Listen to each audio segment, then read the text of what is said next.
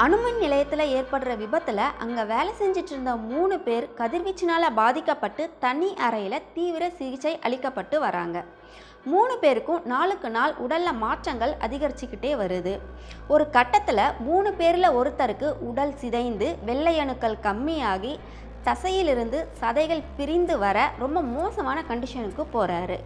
அவரை பரிசோதனை பண்ணுற டாக்டர் இன்னைக்கு நைட்டே இவர் இறந்துருவார், மற்ற 2 பேரும் அடுத்த 8 நாளைக்குள்ளே கண்டிப்பாக இறந்துருவாங்க அப்படின்னு சொல்கிறாரு.